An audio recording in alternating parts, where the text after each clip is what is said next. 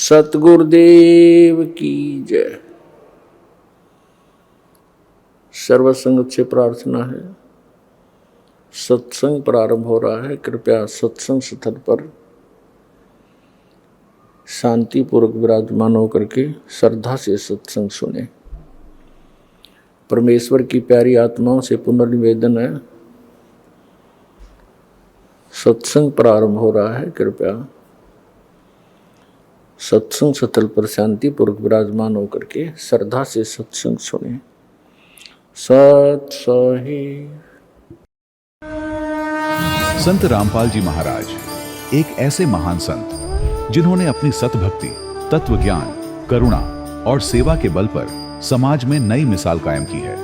संत रामपाल जी महाराज की अगुवाई में उनके सभी सतलोक आश्रमों से समाज कल्याण के अद्भुत कार्यों ने समाज को सुनहरे भविष्य की एक नई उम्मीद दिखाई है। संत रामपाल जी महाराज से नाम दीक्षा लेने के बाद लाखों लोगों की लाइलाज बीमारियां जैसे कैंसर, एड्स आदि ठीक हुई। संत जी के ज्ञान से प्रेरित होकर उनके अनुयायियों ने लाखों यूनिट रक्तदान किया। संत जी ने लाखों बहन बेटियों का दहेज मुक्त विवाह करवाया।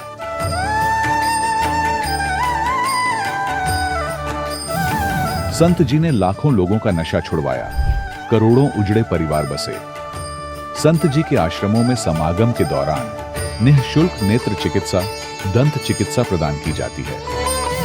संत रामपाल जी महाराज द्वारा समय समय पर पर्यावरण संरक्षण के उद्देश्य से बड़े स्तर पर वृक्षारोपण किया जाता है। संत जी ने जरूरतमंदों को तत्काल राहत पहुंचाने के लिए एम्बुलेंस सेवा शुरू की। संत जी अपने अनुयायियों को देहदान के लिए प्रेरित करते हैं, जिससे मानवता की सेवा और चिकित्सा क्षेत्र में सुधार हो सके। संत रामपाल जी महाराज के सभी आश्रमों में हर रोज निःशुल्क भंडारा आयोजित किया जाता है, जहां हर वर्ग, हर जाति और हर धर्म के लोग एक साथ बैठकर भोजन करते हैं।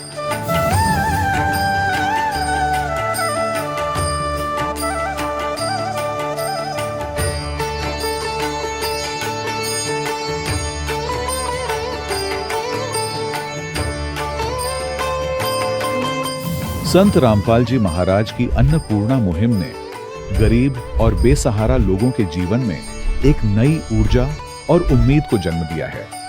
घर घर खाद्य सामग्री और जरूरी मदद पहुंचाकर संत रामपाल जी महाराज ने लोगों को दुख और मजबूरी से लड़ने की ताकत प्रदान की है।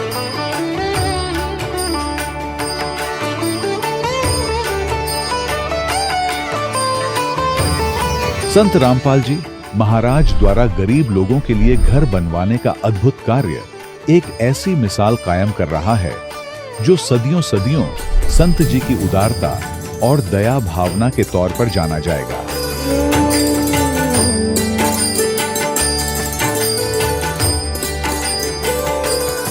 संत रामपाल जी महाराज के आश्रम में हजारों बुजुर्गों को सम्मान और प्यार के साथ जीवन जीने का अवसर मिलता है।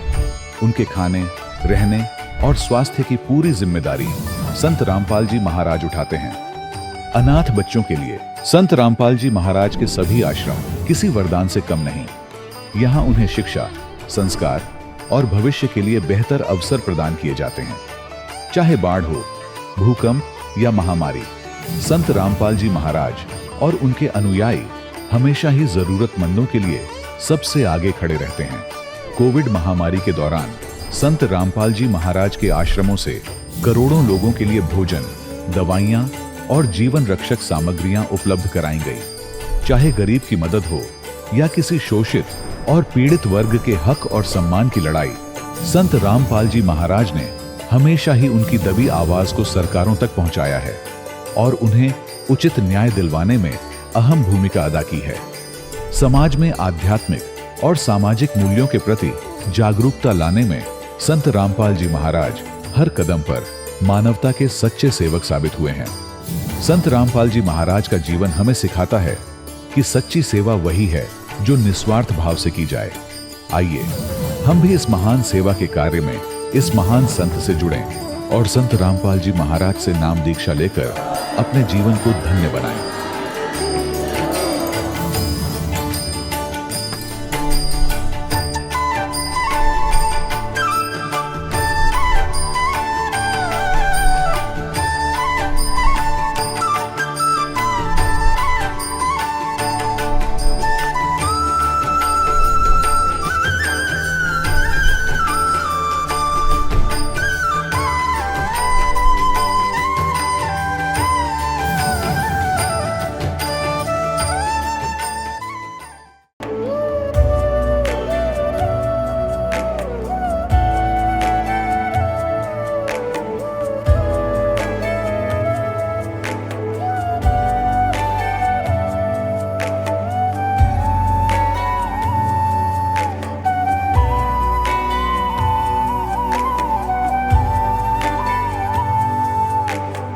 गीता 18 के श्लोक नंबर 62 में भगवान स्वयं कह रहे हैं कि अर्जुन उस परमेश्वर की शरण में जा जिसकी कृपा से परम शांति व शाश्वत स्थान अर्थात सतलोक को प्राप्त होगा।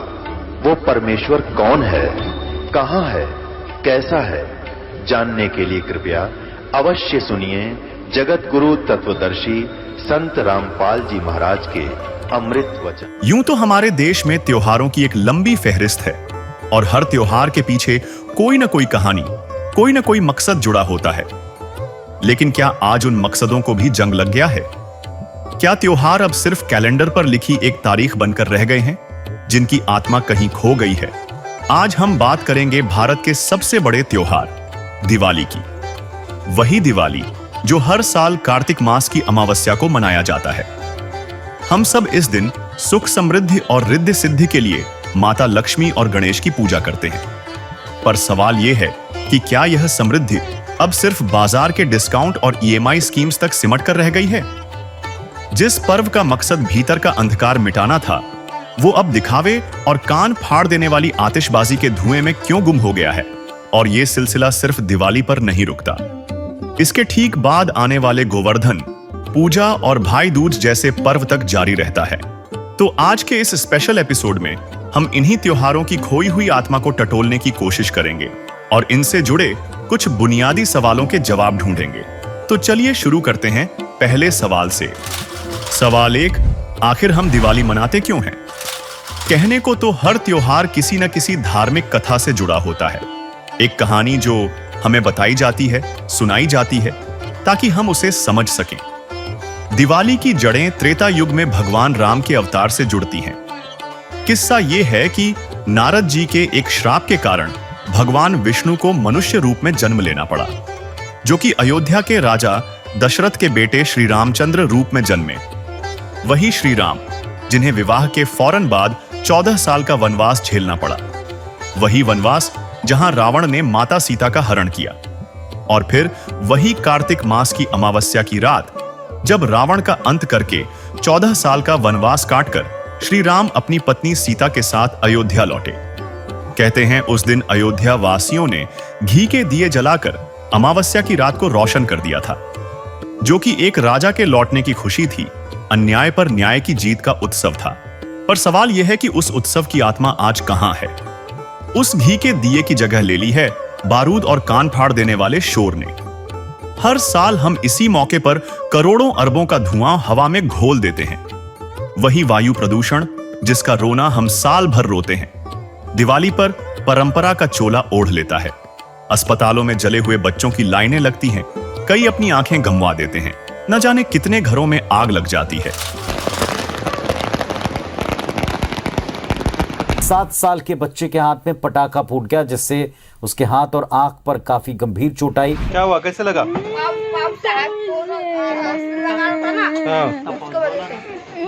हाथ में पकड़ के लगा रहता, हाथ में पकड़ के लगा रहता वो।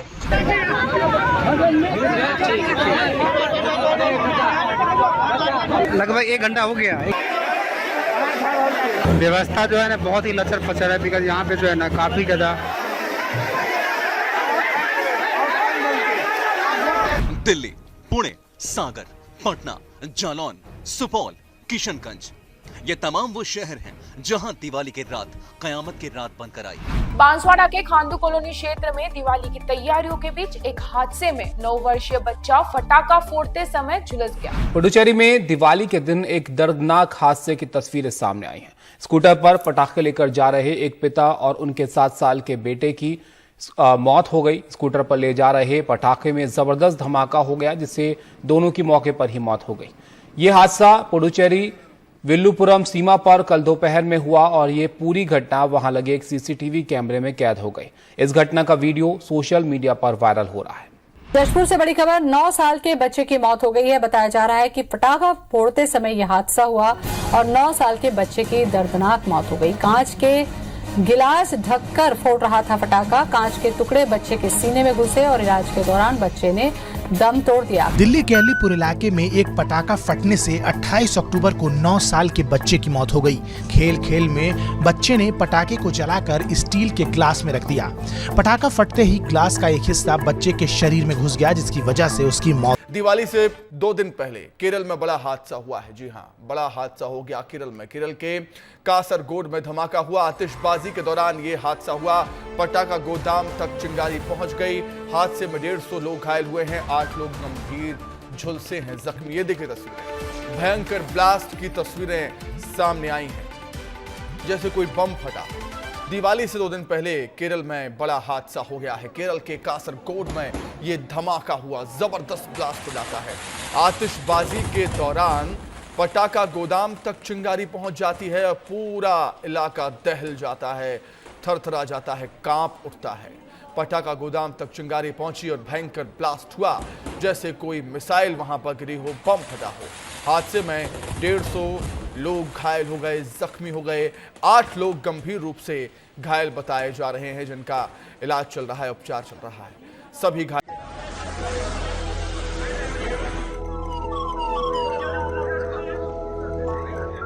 जैसलमेर में हुए बस हादसे ने एक परिवार की सारी खुशियां छीन ली। दिवाली की छुट्टी मनाने जा रहा परिवार इस हादसे में खत्म हो गया। मृतकों के शव इतनी पूरी तरह जल गए कि अब उनका डीएनए टेस्ट करना होगा। क्या है पूरी खबर, आइए जानते हैं विस्तार से। ये कहानी है महेंद्र मेघवाल, उनकी पत्नी और बच्चों की, जो दिवाली की छुट्टी मनाने घर जा रहे थे। लेकिन उन्हें क्या पता था कि ये उनकी आखिरी यात्रा होगी। कितनी खुशी के साथ पत्नी पार्वती के साथ वो दिवाली की प्लानिंग कर रहे थे, पर उस मनहूस बस ने सबकी खुशियां छीन ली। जैसलमेर से महेंद्र अपने घर के लिए निकले थे। घर पर उनकी मां अपने पोते पोतियों का इंतजार कर रही थी, लेकिन तभी रास्ते में अनहोनी हो गई।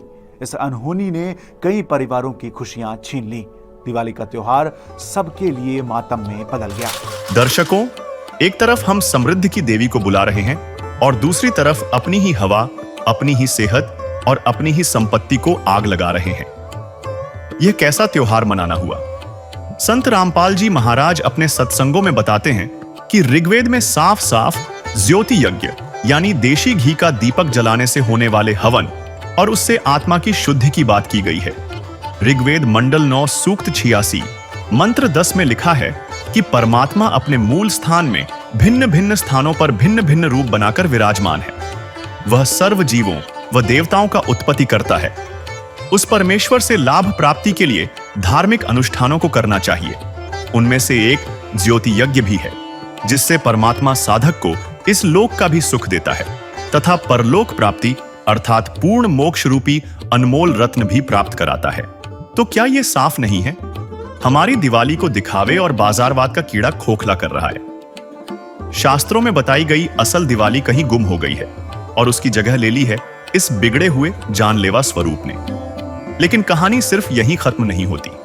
अगर आपको लगता है कि इस त्योहार का खोखलापन सिर्फ आज के द्वार की देन है, तो आप गलत हैं। सच तो इससे भी ज्यादा कड़वा है। एक ऐसा सच जिसे बड़ी चालाकी से हमारी परंपरा की बहसों से गायब कर दिया गया है। तो हमारा दूसरा सवाल है, सवाल 2। क्या आप जानते हैं कि अयोध्या वासियों ने खुद ही 2 साल बाद दिवाली मनानी क्यों बंद कर दी थी? जी हां, आपने सही सुना। संत रामपाल जी महाराज बताते हैं कि इतिहास की परतों में यह सच दबा हुआ है कि जिस दिवाली को आज हम सबसे बड़ा त्योहार मानकर मनाते हैं, उसे खुद अयोध्या में सिर्फ 2 बार मनाया गया। क्यों? क्योंकि 2 साल बाद ही एक धोबी के ताने पर उसी श्री राम ने अपनी गर्भवती पत्नी माता सीता को घर से निकाल दिया था। इस घटना ने अयोध्या को इतना झकझोर दिया कि उन्होंने उस दिन के बाद दिए जलाना ही बंद कर दिया। सोचिए प्रजा के मन में क्या बीती होगी कि जिस महारानी की वापसी पर हमने जश्न मनाया, आज वही अन्याय का शिकार हो रही है। जिस देवी के लिए रावण का साम्राज्य मिटा दिया गया, उसे फिर से वन भटकने के लिए छोड़ दिया गया। दिए तो खुशी का प्रतीक थे, पर जब राजा और रानी ही अलग हो गए, जब न्याय पर ही सवाल उठ गया, तो वो खुशी कहां बची? न राजा के लिए न प्रजा के लिए। और उसी दिन से दिवाली का पर्व बंद हो गया था। आज सदियों बाद जो हम कर रहे हैं, वो बस उन शुरुआती 2 सालों की एक अंधी नकल है। और सबसे बड़ी बात तो यह है कि हमारे पवित्र शास्त्रों में ऐसे किसी भी त्योहार का कोई प्रमाण नहीं है। फिर भी हम इसे मना रहे हैं। यह एक और उदाहरण है कि कैसे हम बिना सोचे समझे, बिना सवाल किए बस लकीर पीट रहे हैं।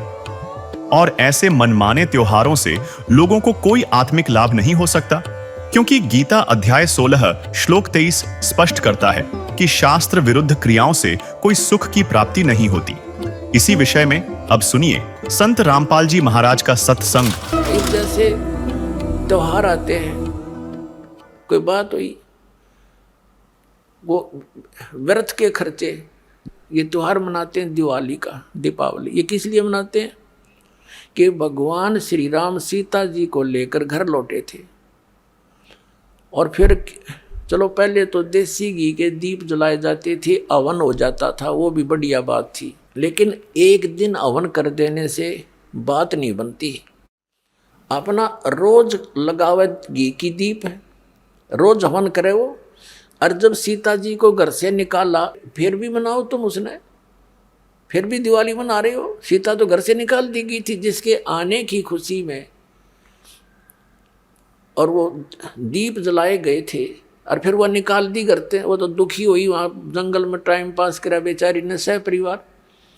और श्री राम घर पे, परिवार उसका जंगल में, चाहे राजा के कुछ भी बना रहो, एक छोटे से नगर का राजा, अयोध्या का राजा था, चाहे राष्ट्रपति बने जाए पूरी पृथ्वी का, जिसका परिवार कहीं रहा कहीं वो जीव सुखी हो सकता है।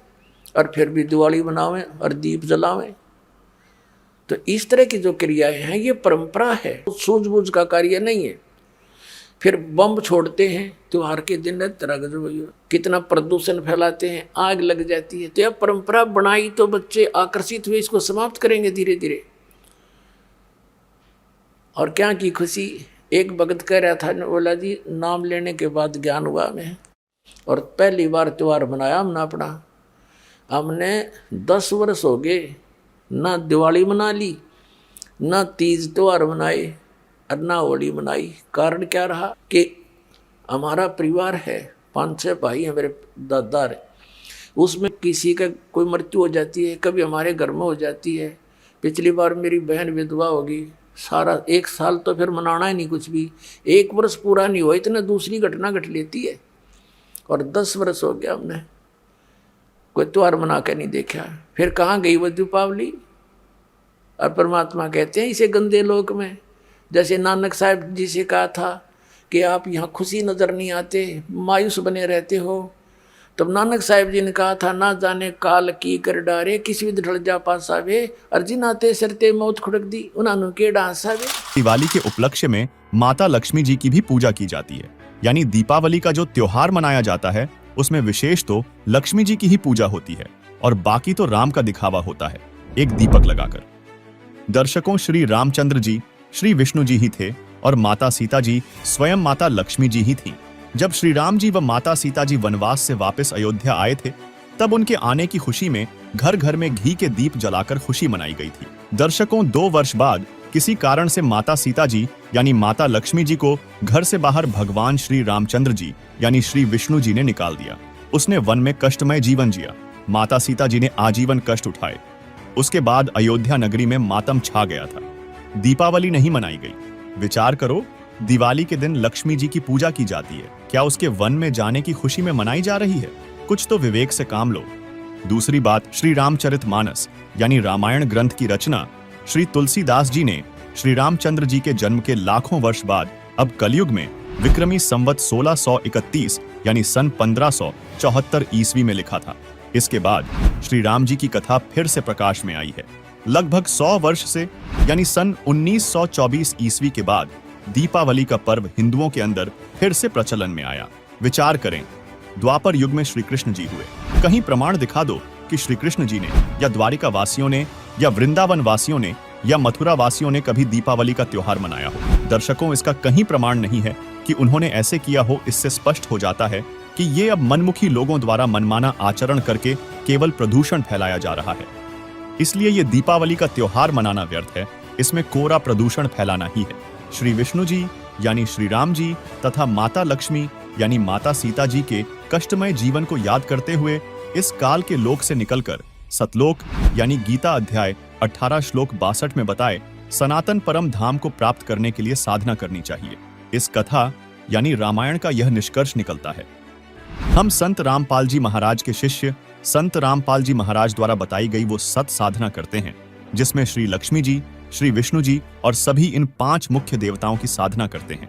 इन्हें डेली याद करते हैं, इनके दुख को हम शेयर करते हैं और भगवान से डरकर हम प्रतिदिन सुबह शाम देशी घी के दीप जलाते हैं ताकि प्रदूषण खत्म हो, क्योंकि हवन से प्रदूषण खत्म होता है। हम श्री लक्ष्मी जी, श्री विष्णु जी और सभी मुख्य देवताओं को सदा याद करते हैं। और ये लोग एक दिन ड्रामा करते हैं। इसके करने से न कोई धार्मिक लाभ और न ही कोई वातावरण में शुद्धता। हम जो साधना करते हैं उससे धार्मिक लाभ के साथ साथ भगवान की डेली याद बनी रहती है। ये कष्ट याद रहते हैं जो ऐसा कष्टमय जीवन जिया महापुरुषों ने, देवियों ने, देवताओं ने। उस डर से हम भक्ति करते हैं। हमें कभी भूल नहीं पड़ती तो हम निवेदन करते हैं कि पूरा हिंदू समाज ये नाटकबाजी छोड़कर संत रामपाल जी महाराज द्वारा बताई साधना करो और अपना जीवन सफल करो। सवाल नंबर 3। चलिए मान लिया कि पटाखे और दिखावा गलत है, पर दिवाली पर जो सुख समृद्धि के लिए माता लक्ष्मी और गणेश जी की पूजा होती है, क्या उससे भी कोई फायदा नहीं होता? आखिर यही तो इस त्योहार का सबसे बड़ा मकसद बताया जाता है। दर्शकों, यही तो सबसे बड़ा झोल है। हम सब जानते हैं कि माता लक्ष्मी भगवान विष्णु की पत्नी है और श्री गणेश भगवान शिव के पुत्र। अब जरा इनके अधिकार क्षेत्र को समझिए। हमारे ही पवित्र ग्रंथ इस पूरी मान्यता की पोल खोलते हैं। श्रीमद् देवी भागवत के 3 स्कंध में एक प्रसंग है जहां खुद भगवान विष्णु और भगवान शंकर अपनी माता आदिशक्ति दुर्गा की स्तुति कर रहे हैं। और जानते हैं वे क्या कह रहे हैं? वे स्वीकार कर रहे हैं कि वे भी कर्म के विधान में बंधे हैं और किसी की किस्मत से ज्यादा उसे कुछ नहीं दे सकते। श्रीमद् देवी भागवत 3 स्कंद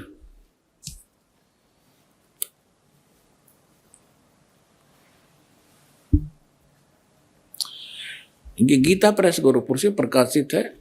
ये देखिएगा, इसके ये सचित्र मोटा टाइप, केवल हिंदी, संपादक हनुमान प्रसाद पोदार, चिमनलाल गोस्वामी। और ये यहां से प्रकाशित है, मुद्रित और प्रकाशित। ये गीता प्रेस गोरखपुर से है। गीता भवन कार्यालय कोलकाता का संस्थान, गीता प्रेस गोरखपुर। इसके 123 पृष्ठ पर ले चलते हैं आपको। बिल्कुल 2 मिनट में सारी कहानी समझ में आ जाएगी। 123 पृष्ठ पे ये 3 स्कंद। भगवान विष्णु अपनी माता दुर्गा की महिमा स्तुति करते हुए, उनकी स्तुति करते हुए बोल रहे हैं, तुम शुद्ध स्वरूपा हो, यह सारा संसार तुम इसे उद्भासित हो रहा है।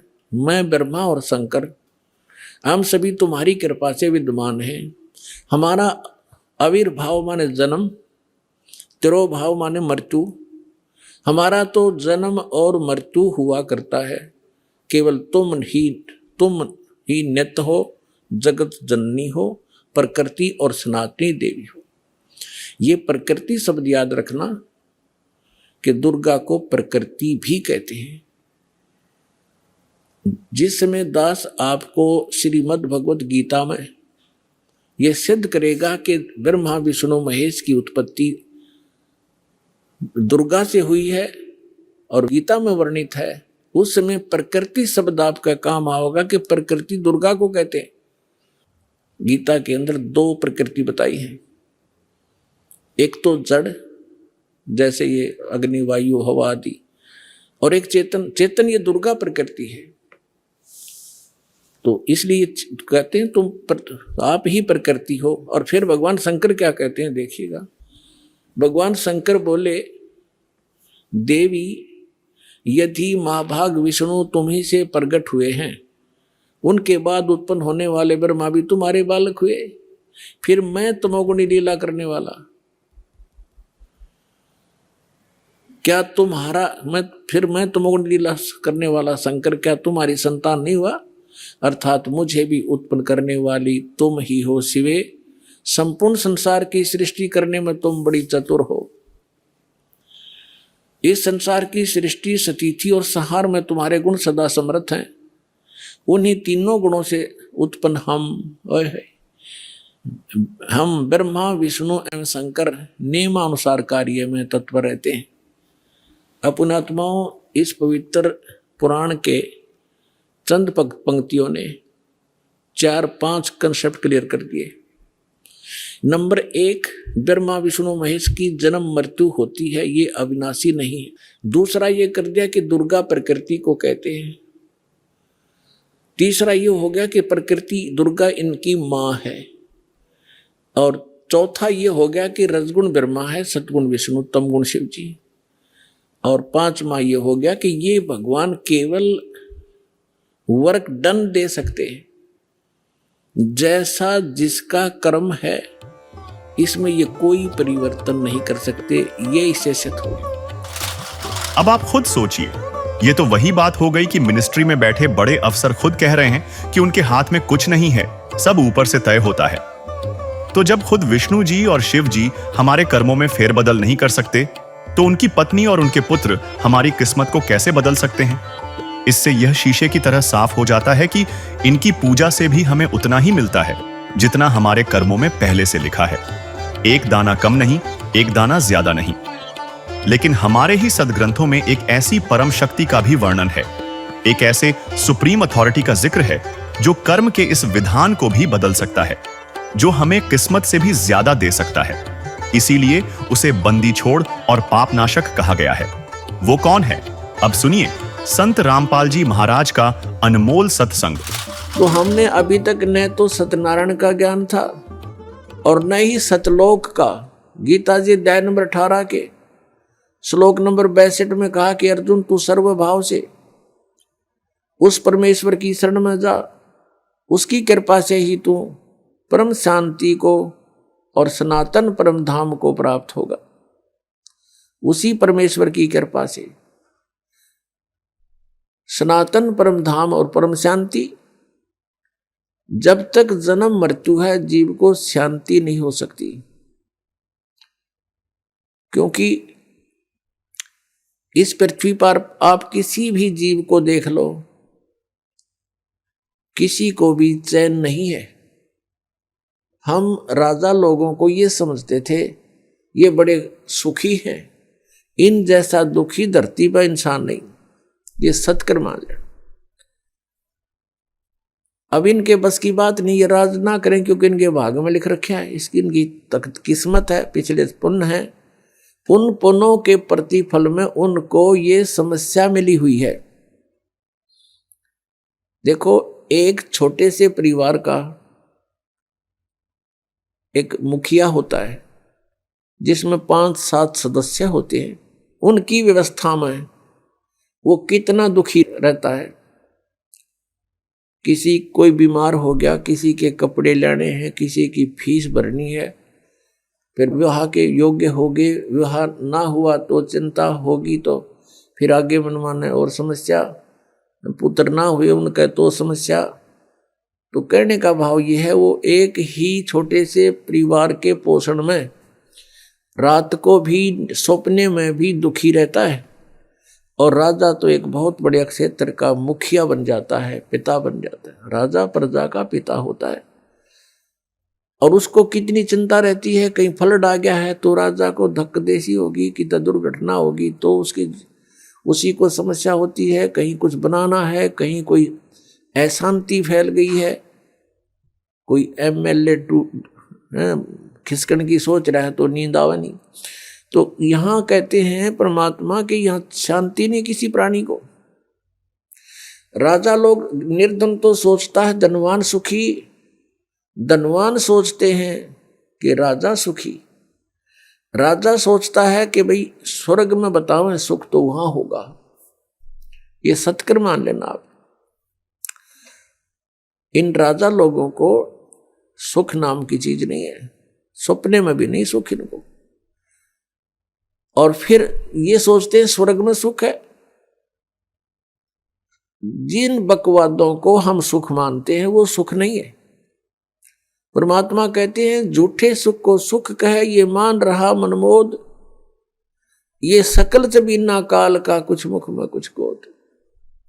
बेटा जाया खुशी हुई बहुत बजाए थाल, ये तो आना जाना लगा हुआ है जो कीड़ी का नाड़।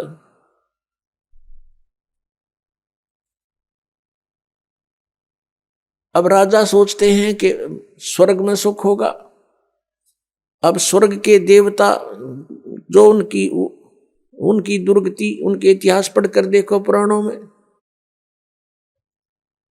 कभी असुर और देवताओं का और असुरों का युद्ध हो गया, राक्षसों का, कभी देवता हार गए, कभी असुर हार गए। इंद्र जो स्वर्ग का राजा होता है, गद्दी छोड़ भाग गया, असुरों ने कब्जा कर लिया स्वर्ग पर, वो कहीं जंगल में भूखा प्यासा भटक रहा है। और इंद्र सोचता है कि ब्रह्मा विष्णु महेश सुखी होंगे। ये तीन लोग के एक एक विभागीय मंत्री हैं। अब ये ब्रह्मा विष्णु महेश कितने सुखी हैं। श्री विष्णु जी के अवतार श्री कृष्ण जी, श्री रामचंद्र जी, श्री रामचंद्र के रूप में राजा दशरथ के घर जन्म जब श्री विष्णु जी का हुआ,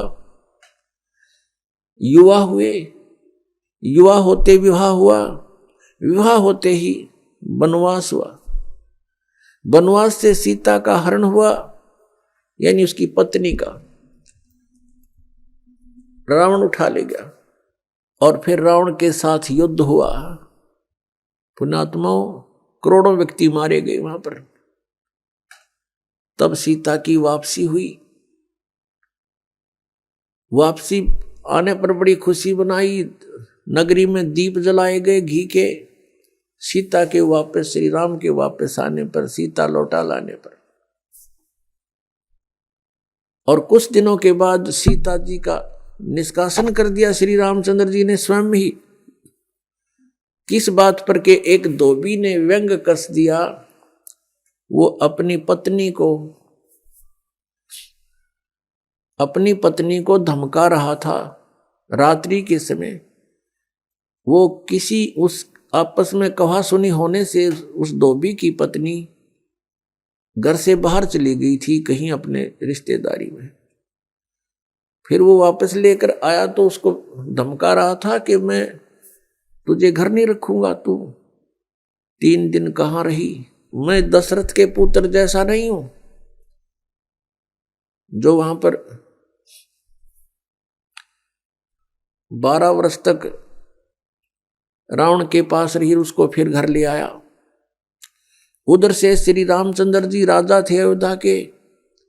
पहले राजा लोग अपनी प्रजा के दुख सुखों को स्वयं ही जाना करते थे, रात्रि के अंदर वेश बदल कर घूमा करते थे। ये बात जब देखा कि किस घर में की आवाज आ रही है, वहां खड़ा होकर सुना, तब उसने सुनने को मिला कि मैं उस राजा दशरथ के पुत्र रामचंद्र जैसा नहीं हूं जो रावण के पास उसकी पत्नी रही और उसको घर में रखे हुए है, तो सुबह निकल जाना यहां से। इस बात को सुनकर ही श्री रामचंद्र जी ने सीता जी को निष्कासित कर दिया, निकाल दिया घर से, कि नगरी के लोग मेरे ऊपर व्यंग कस रहे हैं और मैं ये बात नहीं सुन सकता। पुण्यात्माओं, जब सीता जी को रामचंद्र जी लाने लगे, रावण का वध करके लंका का राज्य विभीषण को देकर, तब श्री रामचंद्र जी ने कहा था कि मैं तेरी परीक्षा लूंगा और यदि परीक्षा में सफल होगी तो मैं ले चलूंगा, नहीं तो नहीं ले चलूंगा। मैं तुझे अग्नि में जलाऊंगा, यदि तू अग्नि में जल गई तो समझूं तेरी कि तू कलंकित थी, तू रावण को समर्पित हो चुकी थी, और यदि अग्नि में तू नहीं जली तो मैं निष्कलंक जानूंगा, तब तुझे ले चलूंगा। ऐसा ही किया गया, सीता को अग्नि में बैठा दिया और हजारों की संख्या में दर्शक थे। सीता जी नहीं जली और सब ने कहा कि भगवान निष्कलंक है, माई निष्कलंक है, और इतनी कठोर परीक्षा लेकर के वापस अपने घर लाया था। और फिर एक व्यक्ति के कहने से श्री रामचंद्र जी ने उसको निकाल दिया, अपनी पत्नी को। तो कहाँ गई वो उसका अपना जजमेंट? तो ऐसे ये राजा के योग्य भी नहीं थे ये लोग, और हम इनको भगवान मान रहे थे। एक गर्भवती औरत को अपनी को घर से बाहर निकाल देता है, कहीं मरो कहीं जाओ, कोई बात थी या? फिर परीक्षा लेने की क्या जरूरत थी? और क्यों इतनी दुनिया मरवाई, फिर छोड़ देता रहे, रावण के पास ही रहती हो। पुण्यात्माओं, यहाँ का राजा काल भगवान है और ये नहीं चाहता कि यहाँ के प्राणियों को परमात्मा का पता लग जाए, जिस कारण से इसने इनको भगवान सिद्ध करवा रखा था अपने नकली दूतों के माध्यम से। और फिर क्या होता है लास्ट में, श्री रामचंद्र जी ने अश्वमेघ यज्ञ घोड़ा छोड़ दिया कि पूरी पृथ्वी पर शासन प्राप्त करने के लिए कि इस घोड़े को जो पकड़ेगा वो युद्ध करे मेरे साथ। वो घोड़ा उन्हीं के पुत्रों ने, जो सीता जी ने बाहर जाके जन्म दिया था ऋषि वाल्मीकि की कुटिया में, एक पुत्र गर्भ में था, दूसरा फिर वाल्मीकि जी की मिसअंडरस्टैंडिंग के कारण एक घास से यानी कुसा से, या घास होती है डाब, इससे एक लड़का बनाया था। ये अलग कहानी है, फिर बताएंगे। तो लव और कुश नाम से प्रसिद्ध हुए। लव तो सीता के गर्भ से जन्म हुआ था और कुश को वाल्मीकि जी ने अपनी भक्ति शक्ति से उसको बनाया था। लव और कुश युवा थे, उन्होंने वो श्री रामचंद्र जी का घोड़ा पकड़ लिया। फिर उनका पिता पुत्रों का युद्ध हुआ तो दोनों ने छक्के छुड़ा दिए राम के, और सीता जी फिर भी उनके हाथ नहीं आई और वो पृथ्वी के अंदर समा गई। और श्री रामचंद्र जी ने आकर के सरयू नदी के अंदर, अयोध्या के साथ से बह रही एक सरयू दरिया, उसमें जल समाधि ले ली इसी दुख में। अब श्री कृष्ण जी का इतिहास देख लो। श्री विष्णु जी अवतार श्री कृष्ण जी, श्री राम वाली, श्री रामचंद्र जी के जीवन वाला भोग भोग के वो प्राणी श्री कृष्ण रूप में फिर जन्म हुआ। सारा जीवन दुखी रहा श्री कृष्ण, सारा जीवन जेल में जन्म हुआ, माता पिता कैद में, कभी मामा शत्रु हो गया, कभी पूतना मारने जा रही है, कभी केसी, कभी चाणोर शत्रु हो गया, कभी जरासेंग लड़ने को आ रहा है, कभी शिशुपाल से युद्ध हो रहा है, कवासुनी हो रही है, और कभी फिर कल्यवन आ रहा है। इस दुख में श्री कृष्ण जी ने मथुरा का त्याग कर दिया और ऐसे स्थान पर रहने लगे जहां कोई ना पहुंच सके। समझदार व्यक्ति यही सोचते हैं, राड से बाढ़ अच्छी होती है, झगड़े से बचाव अच्छा होता है। श्री कृष्ण जी उन सबको भी मार सकते थे, क्योंकि वो त्रिलोक के में एक विभागीय मंत्री है, एक विशेष शक्ति होती है प्राणी में, वो उनके अंदर शक्ति थी। लेकिन यही सोचा था कि किस किस ने मारूं, या तो सबकी बुद्धि भ्रष्ट। तो श्री कृष्ण जी ने द्वारका बनाई। समुद्र के बीच में एक टापू था जिसका केवल एक गेट था, द्वारिका, एक द्वार की नगरी। और ये सोच करके वहां यदि इतनी दूर पहले तो कोई आवेगा नहीं, ऐसे स्थान पर जा रहे हम, और वहां कोई आवेगा युद्ध करने तो हम एक ही तरफ से उसका सामना कर सकते हैं, इसलिए एक गेट था उसका, और बाकी 3 समुद्र था 3 तरफ। तो वहां श्री कृष्ण जी चले गए, अपना अधिकतर सारा ही जीवन वहां व्यतीत किया।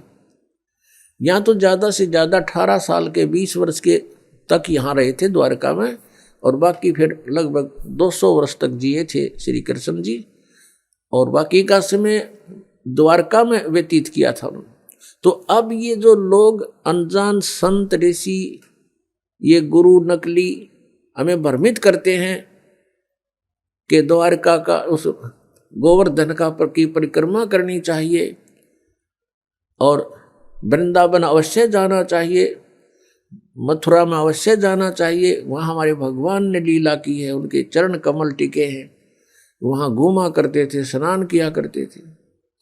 अरे श्री कृष्ण जी यहाँ 20 वर्ष रहे थे मथुरा में, बाकी 180 साल तो वहाँ रहे वो द्वारका में, और वहाँ का नामो निशान मिट गया उस द्वारका को। इसलिए वहाँ खत्म की द्वारका, समुद्र में डूब गई श्री कृष्ण जी की मृत्यु के बाद, और यादों का विनाश हो गया था, आपस में लड़के मर गए थे, और जो बाकी शेष औरतें बची थी उनको अर्जुन ले आया था, सब खाली हो गई थी द्वारका। उसके बाद वो समुद्र ने डबो दी थी, अंदर चली गई। कारण यही था कि भगवान ने सोचा कि यहाँ आएंगे फिर ये धक्के खान द्वारका में इतनी दूर, इसलिए उसका नामो निशान मिटवा दिया था। अगर आज द्वारका होती तो ये नकली कहते द्वारका में भगवान रहे थे, वहाँ जाया करो, वहाँ बहुत पुण्य होता है। उस द्वारका में तो सत्यानाश होया था, सारे यादव कटका मर गए थे वहाँ पर। आज भी जाते हैं वहाँ बहुत से श्रद्धालु। तो कहने का भाव यह है कि जब तक आत्म ज्ञान बिना नर भटके, इस तत्व ज्ञान बिना नर भटके, कदे मथुरा कदे काशी। फिर श्री कृष्ण जी का फिर कैसे अंत हुआ? श्री कृष्ण जी के सामने पूरा यादव कुल आपस में लड़का मर गया, पोते पड़पोते रिश्तेदार सब आपस में कटका मर गए। और वो सारा सांग देख कर, वो सारा अनर्थ देख कर जब श्री कृष्ण जी की मृत्यु हुई, एक परिवार के सामने एक आधे की मृत्यु हो जाती है, उसका कलेजा फट जाता है, रो रो के पागल हो जाता है इंसान। तो पुण्यात्माओं, आज तक हमें सत्यनारायण कथा नहीं मिली थी, और ये सत्य कथा है। सत्यनारायण का अर्थ है सच्चा भगवान, और सच्चे भगवान की सच्ची कहानी, सच्ची कथाएं। तो प्रसंग चल रहा है कि परमात्मा ने बताया कि तुम जब तक जन्म और मृत्यु के अंदर हो, सुख नहीं हो सकता, शांति नहीं हो सकती। अब इंद्र सोचता है ब्रह्मा विष्णु महेश सुखी होंगे। अब इन ब्रह्मा विष्णु महेश की आप देख रहे हो, श्री राम की, श्री विष्णु जी की, श्री कृष्ण जी की कैसे दुर्गति हुई। श्री कृष्ण यानी ब्रह्मा विष्णु महेश सोचते हैं कि परमात्मा कोई और है, हम सुखी नहीं है।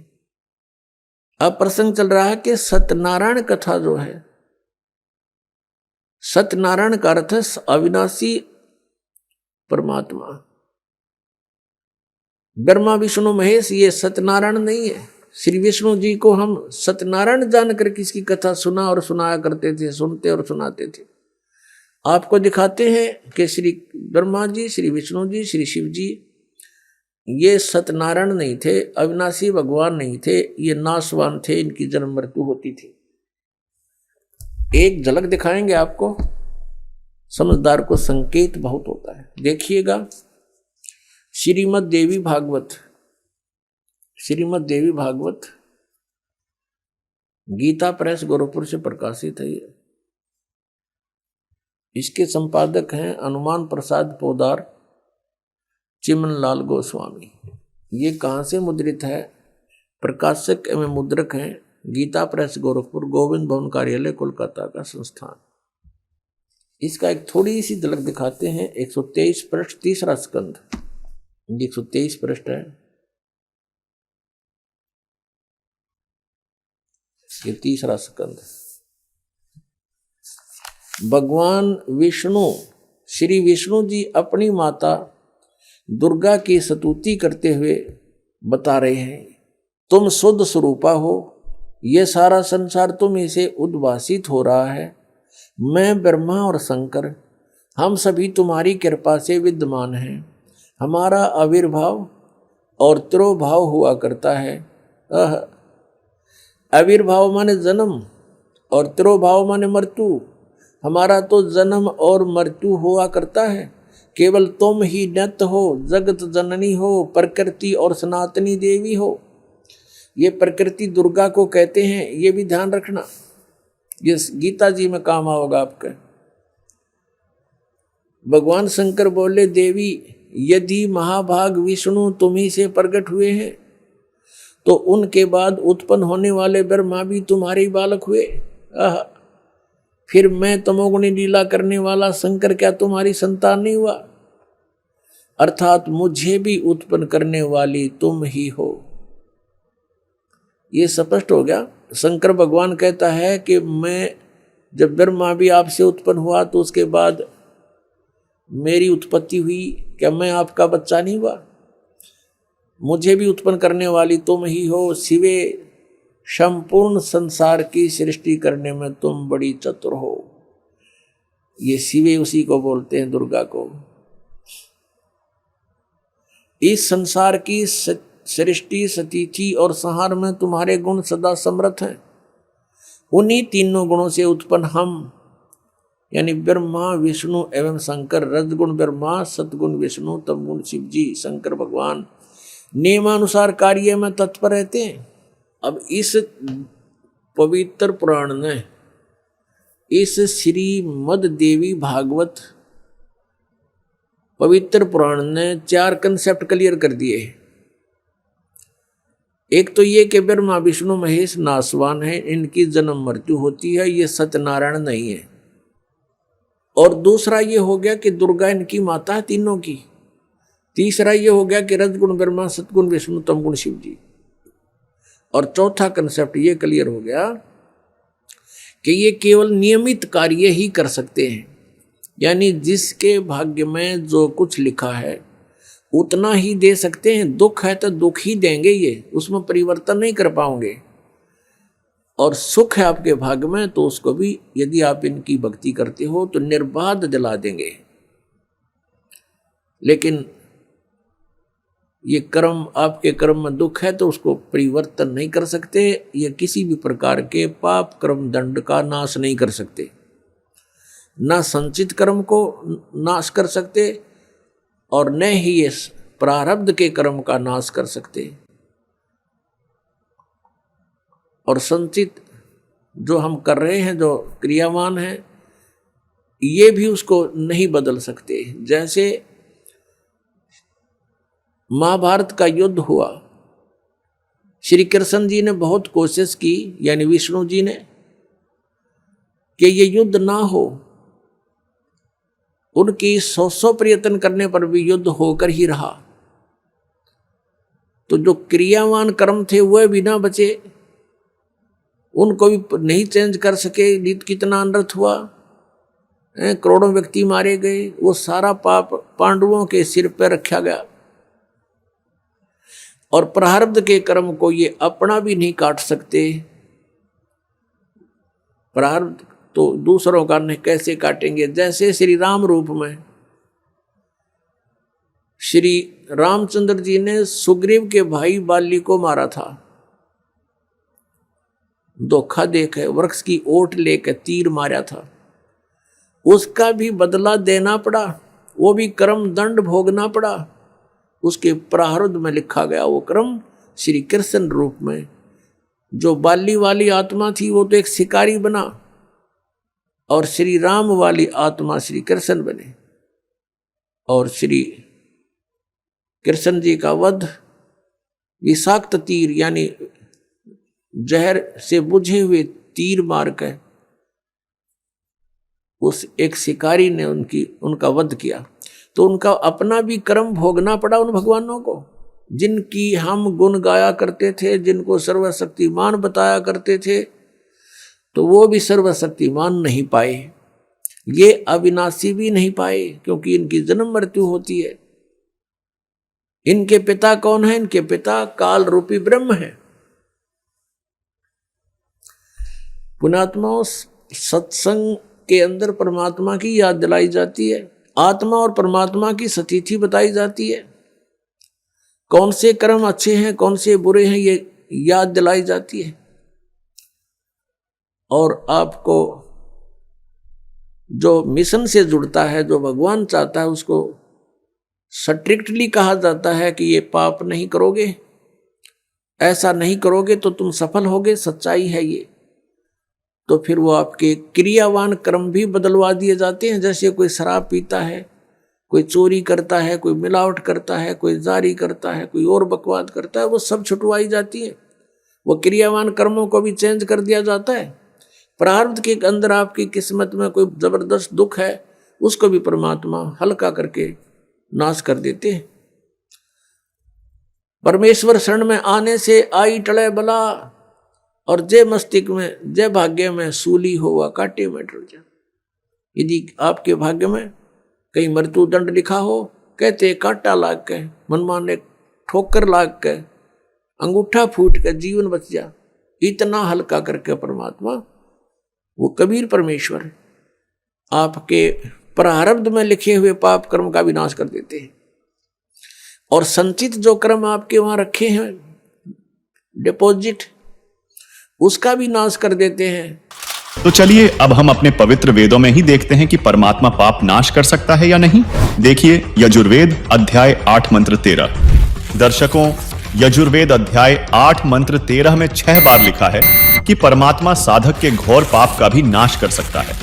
स्वयं पढ़िए यजुर्वेद अध्याय 8 मंत्र 13, जिसमें लिखा है कि वेदों को बोलने वाला ब्रह्म कह रहा है कि हे पूर्ण ब्रह्म, आप सत भक्ति करने वाले भद्र पुरुष संत ऋषि द्वारा किए हुए पाप के क्षमा अर्थात विनाश करने वाले हो, साधारण व्यक्ति के किए हुए पाप के विनाश करने वाले हो। सत भक्ति चाहे पिता करे, उस पिता के किए हुए पाप के विनाश करने वाले हो। शास्त्र अनुकूल साधना चाहे कोई स्वयं करे, उसके अपने किए हुए पाप के विनाश करने वाले हो। और तो और आप पाप के पाप अर्थात घोर पाप के विनाश अर्थात क्षमा करने वाले हो। जो सतभक्ति करने वाला पाप चाहे शिक्षित अर्थात पंडित या अशिक्षित करे, उसके तथा सर्व सतभक्ति स्तुति करने वालों के पाप के विनाश करने वाले हो। जिससे स्पष्ट होता है कि संत रामपाल जी महाराज जी की यह बात सत्य है कि परमात्मा घोर पाप का भी नाश कर देता है। चलिए अब देखते हैं यजुर्वेद अध्याय 5 मंत्र 32 को और जानते हैं कि वह परमात्मा कौन है जो पापों का नाश कर अपने भक्त का जीवन सुखी कर देता है। देखिए दर्शकों, यजुर्वेद अध्याय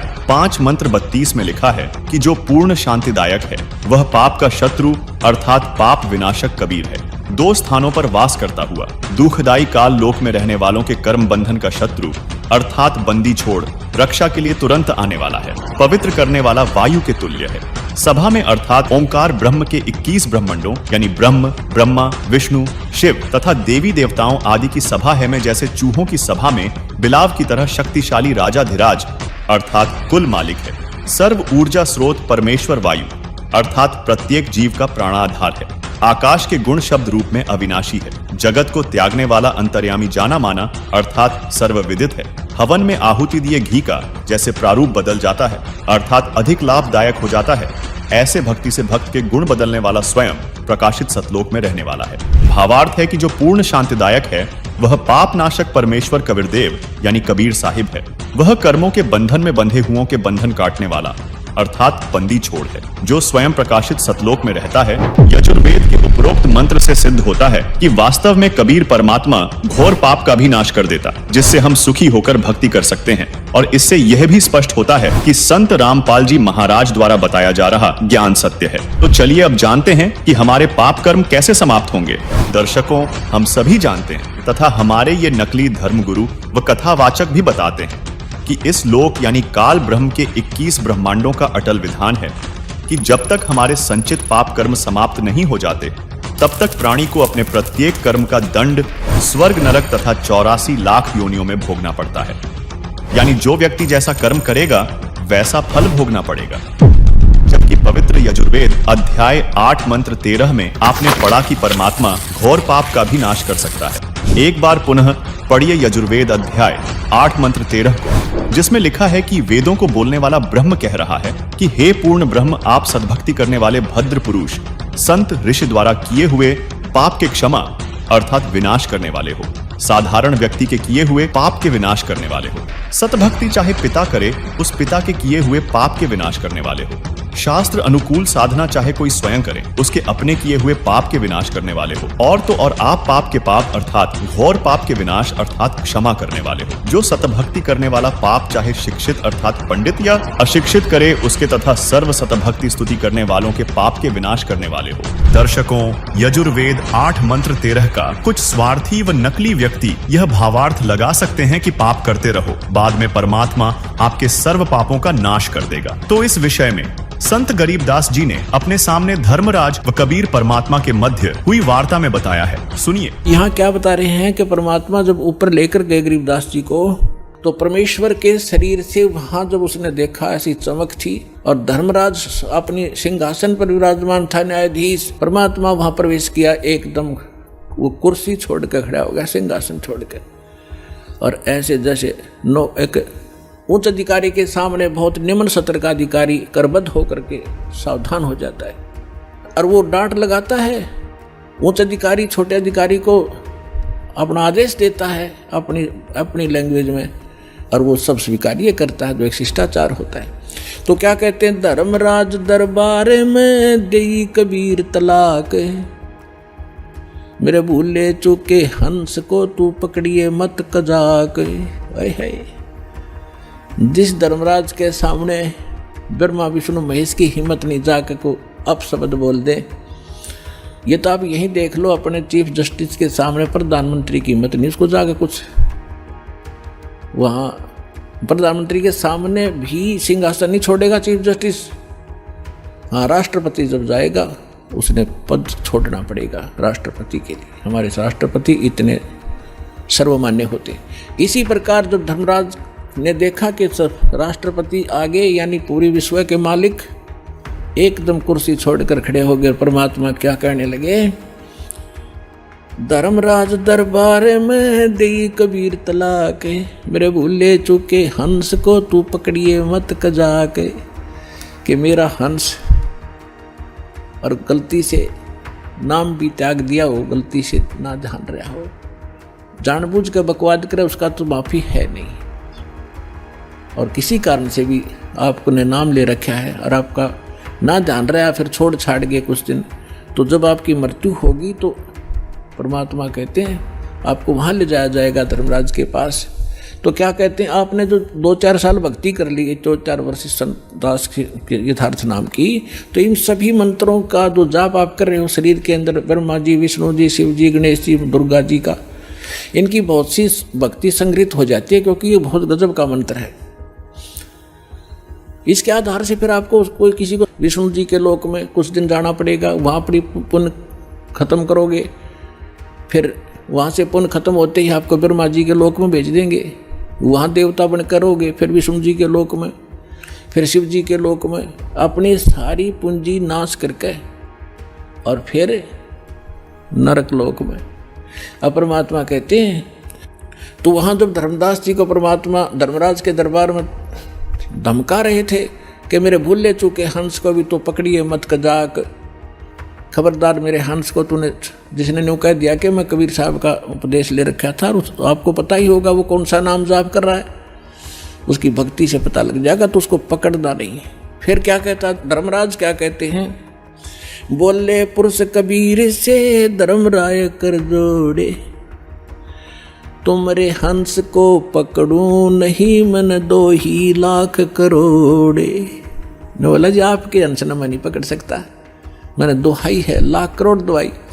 फिर क्या बताता, अपनी व्यवस्था, अपनी मजबूरी बता रहा है कि यहाँ का विधान है, जैसा कर्म जिसने किया है वो भोगना पड़ेगा।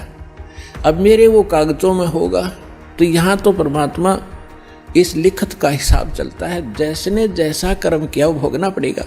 आपकी शरण माने से पहले उस प्राणी ने जो आपसे बिछुड़ गया, उसके पाप भी होंगे, पुण्य भी होंगे, तो मुझे तो दोनों का ही दंड देना पड़ेगा। तो परमात्मा क्या कहते हैं, धर्मधारी जारी नरा और भांग तमाकू खाही, यानी पहले कितनी गलती कर रखी है इसने, मद आहारी शराब पीने वाले, यानी और भी बहुत सी गलतियां जो कर दी हों, तमाकू भांग खाते हों, और पर्दा राग पर घर तकें, दूसरे की पत्नी में पूरी नीयत रखते हैं, दूसरे के घर को तकते हैं, यानी चोरी दाव लगाते हैं, उनको पकड़ूं के नहीं। आपकी शरण माने से पहले जिन्होंने जो गलतियां ये कर रखी हैं दाता, उनको पकड़ूं के नहीं। मदहारी जारी नरा जो भांग तमाकू खाही, परदारा पर घर तकें जिनको लो अकनाही। धर्मराय विनती करे सुनियो पुरुष कबीर, हे भगवान कबीर सुनियो, जिनको तो पकड़ने पड़ेंगे और जड़नी पड़े जंजीर। अब परमात्मा क्या कहते हैं, कर्मों से तीरथ हैं अब हैं जो शरण कबीर, जिनको निश्चय मारे हूं और काटो बल तकसीर। यानी परमात्मा क्या कहते हैं, पहले किए सो बकस हूँ आगे करे ना कोई, गरीबदास कबीर कहे धर्मराय सो नाम रटे मम सोई। ये करम वरम ब्रह्मंड के मैं पल में करहूँ नेश, जिन हमरी दो ही दी सो करो हमारे पेश। अपने आत्माओं अध्यात्म ज्ञान का तभी छींट भी नहीं थी अपने पास। इस जैसे आप देखते हो प्रत्येक देश में, प्रत्येक देश का एक राजदूत भवन होता है, ऐसे ही परमात्मा ने प्रत्येक ब्रह्मांड में अपना एक राजदूत भवन बना रखा है। और जो यहाँ ऐसा कहता है कि मैं तो ऐसे ऐसे भगवान कबीर साहब का भक्त हूँ और आप मेरा निर्णय, मेरा कोई अकाउंट नहीं कर सकते, तो परमात्मा कहते हैं कर्म भ्रम ब्रह्मंड के मैं पल में कर हूँ नेश, 1 मिनट में नष्ट कर दूंगा तेरे, तूने ये बकवास जो इस जीव से करवा रखी है, तूने करवाए सारे उल्टे कर्म इससे, अज्ञान भर के इसके अंदर। और जिसने मेरा नाम लिया, मेरी दुहाई दी कि इस हृदय से जो पुकारेगा वहाँ के, मैं तो भगवान कबीर साहब का शिष्य था, उनका बच्चा हूँ, आप मुझे कैसे ले आई यहाँ पर।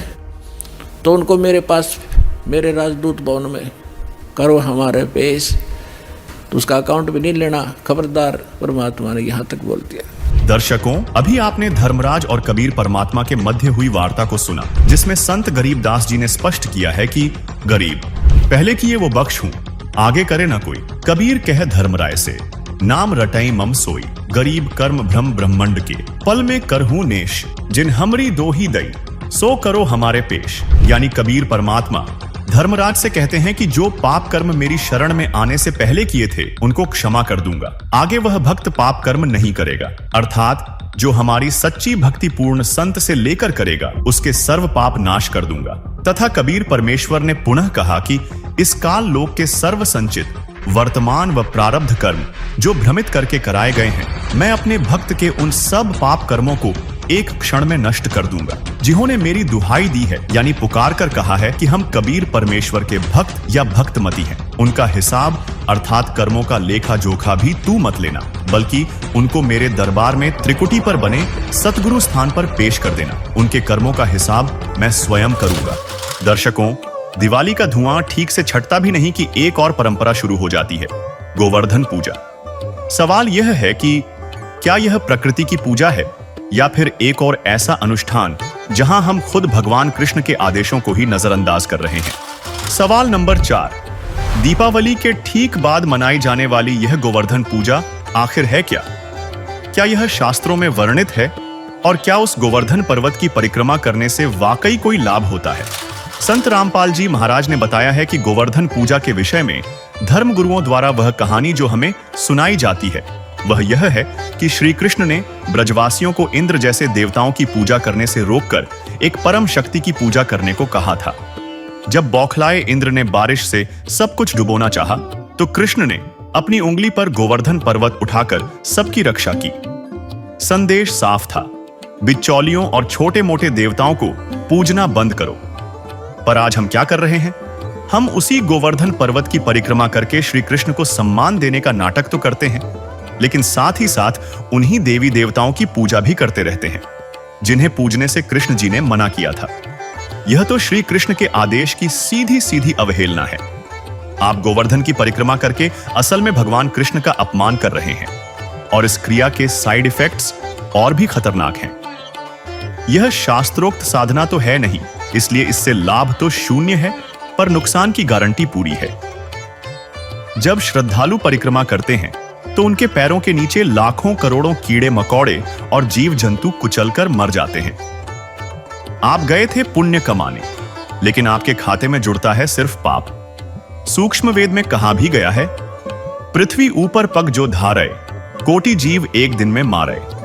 यानी हर कदम पर लाखों हत्याओं का पाप आपके सिर। यह कैसा धर्म है जो हमें पुण्य के नाम पर पाप के गड्ढे में धकेल रहा है? यह कैसा धर्म है जो हमें पुण्य के नाम पर पाप के गड्ढे में धकेल रहा है? लेकिन इस त्योहारों की ट्रेजेडी पर ट्रेजेडी वाली सीरीज की आखिरी कड़ी अभी बाकी है। तो अब आते हैं हम अपने 5वें और अंतिम सवाल पर। सवाल नंबर 5। दिवाली के 2 दिन बाद मनाए जाने वाला भाई दूज आखिर क्यों मनाया जाता है? क्या कुमकुम का एक टीका लगाकर आरती उतार देने से भाई बहन की रक्षा हो सकती है? मकसद तो अच्छा है, रक्षाबंधन की तरह ही बहनें भाई की लंबी उम्र और सुरक्षा की कामना करती हैं। लेकिन हकीकत क्या है? क्या यह एक और खोखला रीति रिवाज नहीं जिसकी कोई गारंटी नहीं? अखबारों की सुर्खियां गवाह हैं कि कई बार भाई दूज के दिन ही भाई बहन हादसों का शिकार हो जाते हैं। रोहतक में भाई दूज का टीका लगवाकर लौट रहा एक परिवार सड़क हादसे का शिकार हो गया, जिसमें कार सवार पति पत्नी और 12 वर्षीय बेटे की मौके पर ही मौत हो गई। 152D एक्सप्रेसवे पर गांव बसाना और कलानौर के बीच ये हादसा हुआ। भाई दूज के दिन किसी बहन का भाई बिछड़ गया तो किसी घर का चिराग बुझ गया। एक सड़क हादसा हुआ जिसने तबाही मचा दी और एक परिवार की हंसती खेलती जिंदगी उजड़ गई। सागर जिले के रहली थाना अंतर्गत बलेह रोड पर आज सुबह एक भीषण सड़क हादसा हो गया, जिसमें एक अज्ञात वाहन ने बाइक सवार 2 युवकों को टक्कर मार दी। इस दुर्घटना में बाइक चालक की मौके पर ही मौत हो गई, वहीं दूसरा युवक गंभीर रूप से घायल हो गया।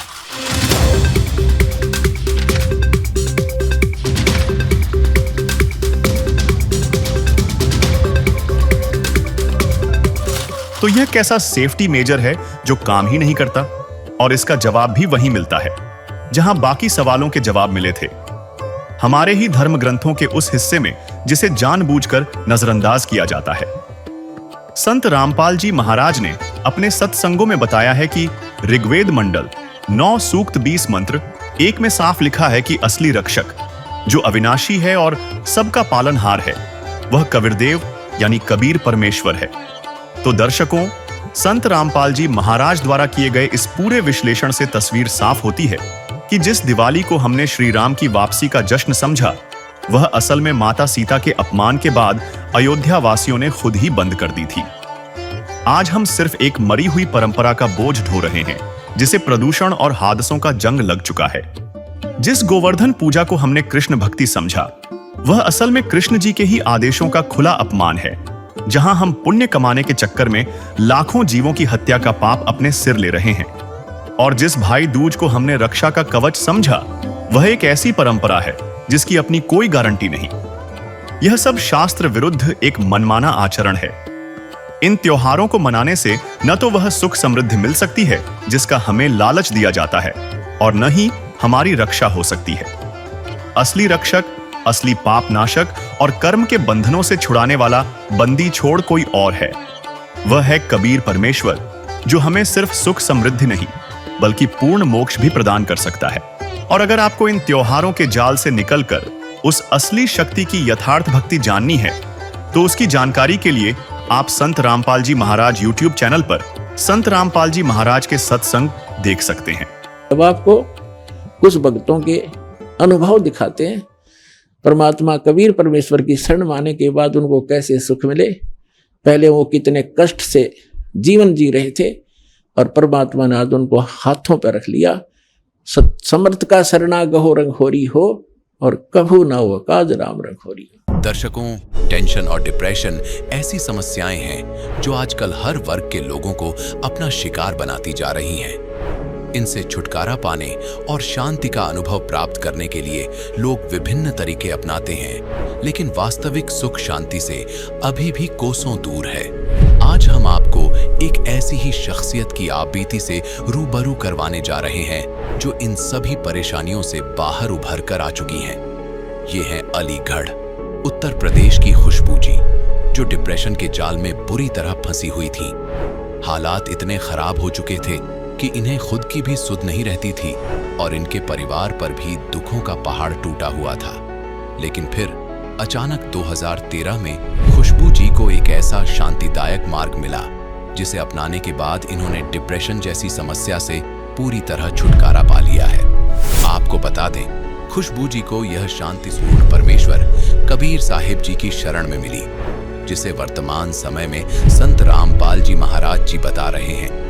उनसे नाम उपदेश लेने के बाद खुशबू जी के साथ और भी अनेकों चमत्कार हुए हैं, जिससे आज वह एक शांतिपूर्ण जीवन व्यतीत कर रही है। आइए अब सुनते हैं खुशबू जी की यह प्रेरक कहानी, उनकी अपनी जुबानी। नमस्कार जी। सत साहिब। क्या नाम है जी आपका? खुशबू सिंह। खुशबू जी आप कहाँ से हैं? यूपी अलीगढ़ उत्तर प्रदेश से जी। संत रामपाल जी महाराज से नाम दीक्षा आपने कब ली? 2013 में। संत रामपाल जी महाराज से नाम दीक्षा लेने से पहले क्या आप कोई भक्ति साधना भी करती थी? हाँ जी, हमने गुरमित राम रहीम से नाम ले रखा था और उन्हीं की भक्ति करते थे, और बाकी जितने सब भी देवी देवता हैं उनकी भी भक्ति हम करते थे। लेकिन वहाँ जाने के बाद हमें कोई लाभ नहीं था। वहाँ पे भक्ति करते करते भी मतलब मैं डिप्रेशन में चली गई। हमारी गृह कलेश भी होती थी। मेरे पापा जो हैं वो नशा करते थे और घर में काफ़ी ही दिक्कतें हुई थी। तो फिर आप संत रामपाल जी महाराज की शरण में कैसे आईं? संत रामपाल जी महाराज की शरण में हम लोग ऐसे आए कि जब हमारे घर में मेरे बड़े भाई की शादी हुई थी तो हमारे घर में झगड़ा होने लगा था। हाँ, तो बहुत सारे झगड़े होते थे। जो मेरी भैया की जो वाइफ थी वो मतलब टोने टोटके वाली थी, आए दिन मतलब कुछ ना कुछ मिलाती रहती थी, और मतलब भाई और भाभी में दोनों में झगड़ा होता था काफ़ी। तो मैं डिप्रेशन में चली गई और मुझे ये डर था कि मेरे भाई को अब ये मार देगी, और मतलब कुछ आए दिन कुछ ना कुछ खिलाती हैं, कि मैं अपने सिर को ना ऐसे मारती थी दीवारों में, बेडों में, इतने खतरनाक तरीके से कि शायद अगर मैं नॉर्मल अभी मारूं तो मेरा सर फट जाएगा। और मतलब बहुत ही ज़्यादा इतनी परेशान हो गई थी मैं कि बस मुझे कोई भी जगह मिलती थी ना तो बस मैं अपना सर मारा करती थी और बिल्कुल बेहोश हो जाती थी।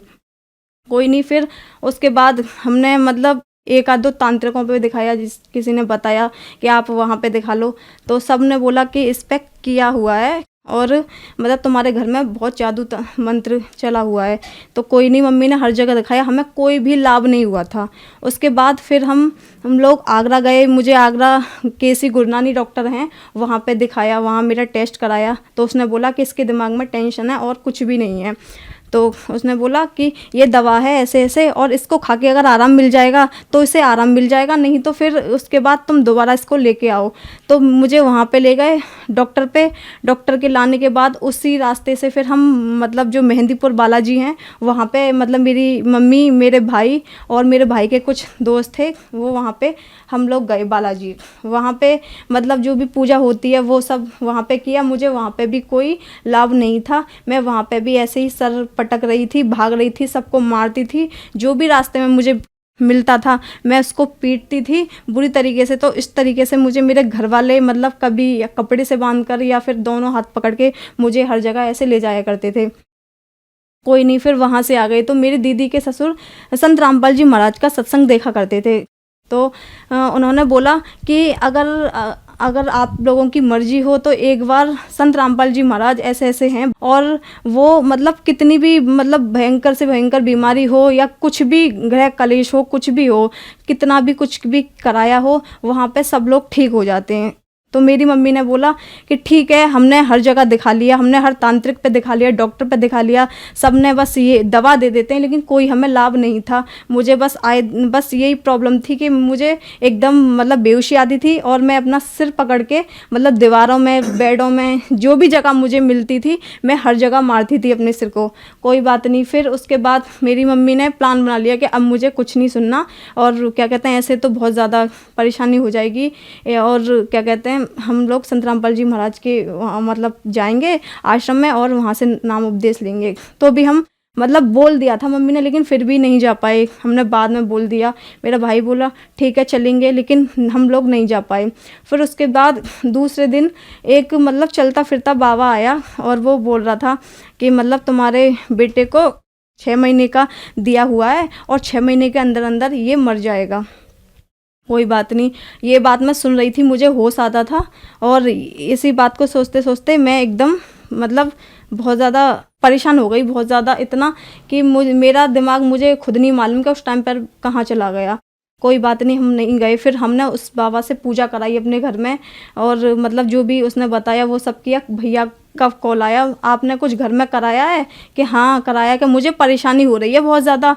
तो मेरी मम्मी बोली कि अच्छा ठीक है भाई। तो मेरी मम्मी ने उनको बोला कोई भी नहीं, और ज़्यादा हम इतने गिर गए थे कि हमें सिर्फ, मैं तो उस टाइम पे ये सोचती थी कि हम तो या तो मर जाएं या फिर मतलब भगवान हमारा ये सब मतलब जो कष्ट है वो मतलब दूर कर दे। जो राम रहीम थे उनके सत्संग में जाते थे, मैंने लेटर लिखा था, मैंने कहा मेरे लेटर को कोई वहाँ तक पहुँचा दे, लेकिन कोई भी पहुँचाने वाला नहीं था। मैंने मतलब साईं बाबा को मैं ज़्यादा मानती थी, मैंने वहाँ भी प्रार्थना की, लेकिन कोई भी लाभ नहीं था। जितने भी देवता सबसे मैंने वो संकल्प किया, भगवान मतलब मेरा जो दुख है वो कैसे भी आप दूर कर दो, कुछ भी नहीं हुआ। फिर उसके बाद एक और तांत्रिक हैं, हम दूसरे दिन वहाँ पे किसने बताया तो उनके पास भी गए, उन्होंने बोला कि इसको टोने दिए गए हैं और 2 घुल चुके हैं और अभी 4 बाकी हैं। तो मुझे और टेंशन हो गई, मुझे हर जगह दिखाया, कुछ भी लाभ नहीं हुआ। उस दिन फिर मेरी मम्मी बोली कि अब हमें कहीं नहीं जाना, हमें संत रामपाल जी महाराज के आश्रम में जाना है और मुझे कुछ भी दिखाई नहीं दे रहा, मुझे पता है अब कोई भी नहीं है, अब वहीं लास्ट चांस है और वहीं पे हम जाएंगे। तो हम उसी रात को हम, मेरा भाई, मेरी मम्मी, हम निकल गए। हम लोग दिल्ली पहुँचे, मेरी दीदी सुल्तानपुरी में रहती है, तो उनके घर पे गए। फिर दूसरे दिन उनके सास ससुर हमारे साथ आश्रम में गए। वहाँ से संत रामपाल जी महाराज का हमने नाम उपदेश लिया। खुशबू जी, संत रामपाल जी महाराज से नाम दीक्षा लेने के बाद क्या आपको लाभ भी प्राप्त हुए? हाँ जी, सबसे पहला लाभ तो मेरा ये था कि आध्यात्मिक लाभ हुआ मुझे। फिर दूसरा लाभ, जो मेरी मतलब परेशानी थी, जैसे मैं पागल हो गई थी, सबको मारती थी, पीटती थी, किसी को भी सिर अपने दीवार में मारा करती थी बहुत खतरनाक तरीके से। तो मैंने जैसे ही संत रामपाल जी महाराज से नाम उपदेश लिया, उस दिन के बाद मतलब मैंने सबको मारना पीटना बंद कर दिया। फिर 1 महीने बाद मेरा भाई, मेरी सामने मतलब आंटी रहती हैं वो, और मेरी मम्मी और हम लोग गए संत रामपाल जी महाराज के आश्रम में। तो वहाँ पे आशीर्वाद मतलब दे रहे थे संत रामपाल जी महाराज। तो जैसे ही संत रामपाल जी महाराज ने मेरे सिर पे हाथ रखा, तो मतलब मुझे उस टाइम पे ऐसा लगा था जैसे मेरे शरीर में से कुछ निकल के गया है, मतलब एकदम हल्का सा और बहुत ही ज़्यादा, मतलब मैं ऐसा फील कर रही थी कि अब तो मैं बिल्कुल ठीक हो गई। तो फिर जैसे मैं मतलब मेरी मम्मी मुझे देख रही थी, मैंने बोला कि मैंने तो संत रामपाल जी महाराज से आशीर्वाद ले लिया। मेरा जिस टाइम पे मैंने आशीर्वाद लिया था उस टाइम पे मेरा चेहरा मतलब टेढ़ा था। गुरुजी ने मेरे सिर पे जैसे ही हाथ रखा वैसे ही मेरा जो मतलब फेस था वो ठीक हो गया और मुझे मतलब लगा कि हाँ अब मैं ठीक हूँ। फिर मैं अपनी मम्मी के पास गई तो मम्मी ने बोला आशीर्वाद मिल गया? कि हाँ जी मिल गया। तो उस दिन के बाद मैं आज तक ठीक हूँ संत रामपाल जी महाराज की दया से। संत रामपाल जी महाराज की दया से फिर मुझे एक और लाभ हुआ कि मुझे थायराइड हुआ था। 15 दिन तक मेरी दवा चली, मुझे कोई भी आराम नहीं था, कुछ भी आराम ही नहीं हो रहा था। मैं दवा तो खा रही थी लेकिन मुझे डर था, पता नहीं क्या हो गया, मेरे को कोई आराम नहीं मिल रहा। उसके बाद 15 दिन बाद जब 16वें दिन मैं अपने चाचा के बेटे के लिए हॉस्पिटल लेके गई, मम्मी भी मेरे साथ थी, तो डॉक्टर ने बोला कि आपको एडमिट होना पड़ेगा। तो मैं डर गई, मैंने कहा एडमिट होना पड़ेगा, मेरे तो एग्ज़ाम है, मैं एडमिट नहीं हो पाऊँगी। कि आप एडमिट उसकी बात कर रहे हो एग्ज़ाम की, आपकी जान खतरे में, आपकी बीमारी पता नहीं चल रही और आपका वेट लेस होता जा रहा है। मेरे में उस टाइम पे 27 kg वेट था। तो डॉक्टर ने बोला आपको एडमिट होना ही है। मैंने कहा ठीक है, मैं अपने भाई से बात करती हूँ अभी। तो मैंने अपने भाई से बात की बाहर आके, भाई ऐसे ऐसे बोला है डॉक्टर ने एडमिट की कि ठीक है हो जा। मैंने मम्मी को मना कर दी, मैं एडमिट नहीं होंगी, मुझे घर ले चलो। फिर मेरे बीच वाला भाई बोला, मेरा भाई है मेरे से बड़ा है, वो बोल रहा है और सब लोग बोलते हैं तुम्हारे गुरुजी तो बड़ी बड़ी बीमारियों को ख़त्म कर देते हैं। तो उसने बोला कि प्रार्थना लगा लो। जैसे ही मैंने वो लेटर में अपनी जो भी परेशानी थी वो मैंने सब लिखी। तो जब मैं लिख रही थी तो गुरुजी से, संत रामपाल जी महाराज से मेरी ये अरदास थी, बंदी छोड़, मुझे एडमिट ना होना पड़े, आप तो बड़ी बड़ी बीमारियों को ख़त्म कर देते हो और मुझे बहुत डर लग रहा है। मैं कभी नहीं हुई, इतनी पहले भी इतने केस हुए हैं, मैं कभी डॉक्टरों के पास एडमिट नहीं रही, लेकिन अभी भी मेरे को एडमिट नहीं होना।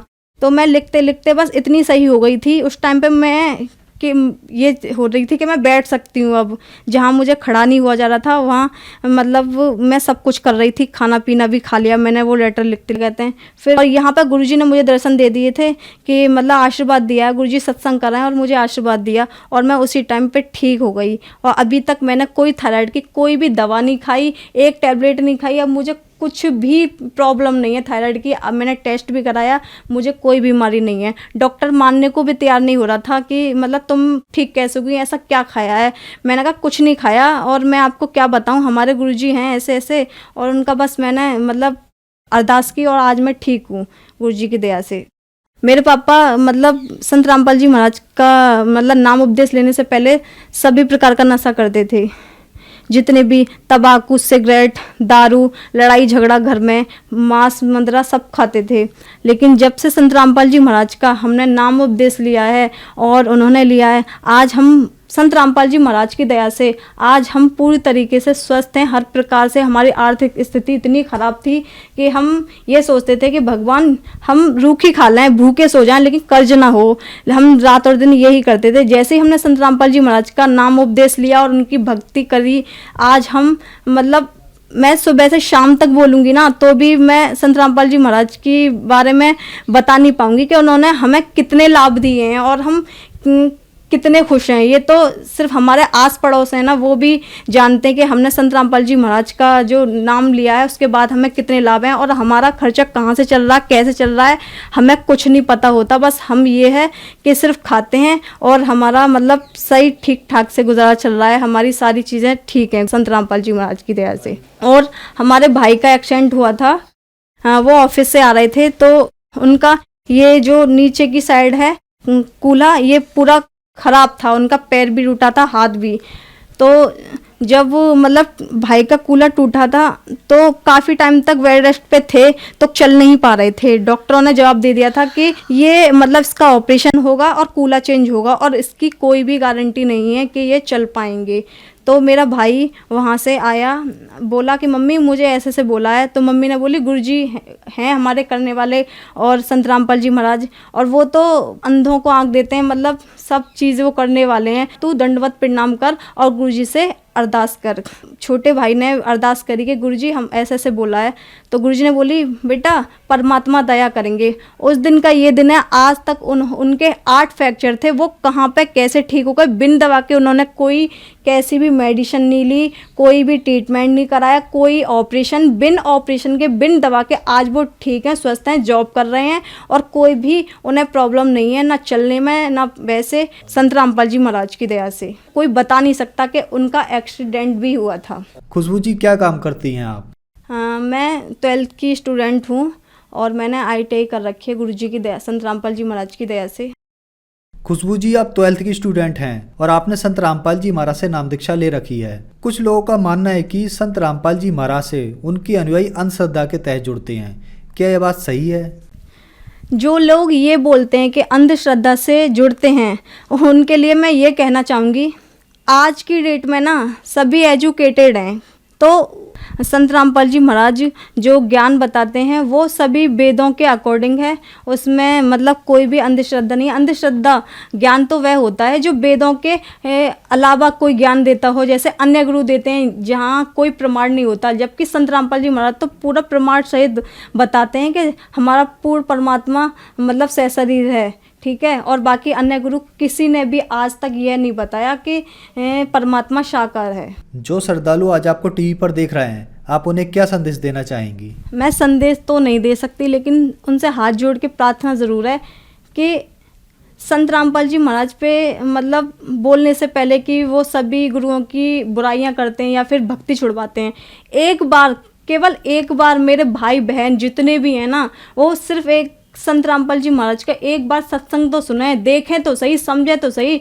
जो संत रामपाल जी महाराज जो ज्ञान बता रहे हैं वो कैसा है, किस आधार पर है, ठीक है, सही है या गलत है, उसके बाद ही बोलें। उससे पहले ये ना बोलें कि संत रामपाल जी महाराज का ज्ञान जो है बेकार है या फिर ऐसा है या प्रमाणित नहीं है। जितने भी मतलब गुरु है ना, उन्होंने आज तक हमारे वेदों का रहस्य नहीं बताया, वो सिर्फ संत रामपाल जी महाराज ने बताया है। इसलिए मेरे सभी भाई बहनों से हाथ जोड़ के विनती है कि एक बार, केवल एक बार संत रामपाल जी महाराज का सत्संग देखें और समझें। खुशबू जी अब आखिरी सवाल आपसे, संत रामपाल जी महाराज से नाम दीक्षा कैसे ली जा सकती है? संत रामपाल जी महाराज से नाम उपदेश लेने के लिए शाम को टीवी पर सत्संग आता है, उसमें पीली पट्टी नीचे दी जाती है, उसमें नंबर दिए जाते हैं और जहाँ भी आप रहते हो उसी के अकॉर्डिंग आपको मतलब बता दिया जाएगा। हर ज़िले में मतलब संत रामपाल जी महाराज का मतलब सेंटर खुला है, नामदन खुले हुए हैं, वहाँ से आप मतलब नंबर लेकर और बात करके फ़ोन पे पूछ सकते हो कहाँ पे कैसे लेना है, तो आपको वहाँ मिल जाएगा नाम उपदेश। धन्यवाद जी। सच्चाई। तो पुण्यात्माओं, आपका कर्तव्य बनता है, कहते हैं आप तेरे जगतार ही, आपका तो कल्याण निश्चित है यदि मर्यादा में रहोगे और भक्ति करते रहोगे, आपका और आपके परिवार का तो कल्याण निश्चित है। लेकिन आपका ये भी कर्तव्य बनता है, फर्ज बना है, भूले न राह बतावे, जिसको ज्ञान नहीं है, भटक रहे हैं, उनको कोशिश करें समझाने की, लेकिन प्यार से। किसी को आप समझाने की चेष्टा करोगे, उसको एक बार तो कड़वा लगेगा। आपको भी ऐसा ही महसूस हुआ होगा प्रारंभ में, हमें भी ऐसा ही लगा था। जैसे गोरखनाथ जी को परमात्मा ने कहा था, गोरखनाथ मैं सबका गुरुआ, मैं सबका गुरु हूं पूरे विश्व का। तो गोरखनाथ जी कह रहे थे, आपका तुमरा वचन मोह लाग गए कड़ुआ। आप जो कह रहे हो ना अपने आप को, मैं सबका मार्गदर्शक हूँ, गुरु हूँ, ये बात मुझे अच्छी नहीं लगती, कड़वी लगती है, बुरी लगती है। तब परमेश्वर ने कहा था कि कड़वा लगे सो मीठा होई, हमारी बात पतीजा जोई। हमारी बात पर विश्वास करोगे तो आज जो आपको कड़वा लग रहा है एक दिन मीठा होगा। तो पुण्यात्माओं, आपका कर्तव्य बनता है इस परमेश्वर के सच्चे ज्ञान को अपने भाई बहनों पूरे विश्व के सभी हम एक वहाँ तक पहुँचाओ, जन जन तक पहुँचाओ। हम सभी एक परमात्मा के बच्चे हैं। हम अपनी अनजानपने में भिन्न भिन्न हो गए, गलत गुरुओं ने हमें बांट दिया, तो हम फिर एक हो सकते हैं। इस परमात्मा के ज्ञान को जन जन तक पहुँचाओ। यहाँ आश्रम से जो प्रचार की सामग्री ले जाओ और कोशिश करो सब तक पहुँचाने की। आपको एक और विशेष उपकार होगा, आत्म प्राण उद्धार ही ऐसा धर्म नहीं और एक जीव को काल के उस पाड़े ते छुटवा के सतलोक आश्रम में जोड़ने का इतना पुण्य होगा जैसे करोड़ गऊओं को कसाई से बचाने का एक पुण्य होता है। तो आपको इतना पुण्य होगा, आप भी प्रचार करो और प्यार से करो, किसी का संघर्ष नहीं करे। कोई आपको बुरा भी बोला, आपका भाई बहन समझ गए कि इसको पता नहीं है, तो उसके साथ विरोध नहीं करे, आगे चल पड़े। जिसको सुहा उसको ज्ञान समझावे और यहाँ से पुस्तकें लेकर वो बांटो और सबका कल्याण कराओ। बोलो सतगुरुदेव की जय।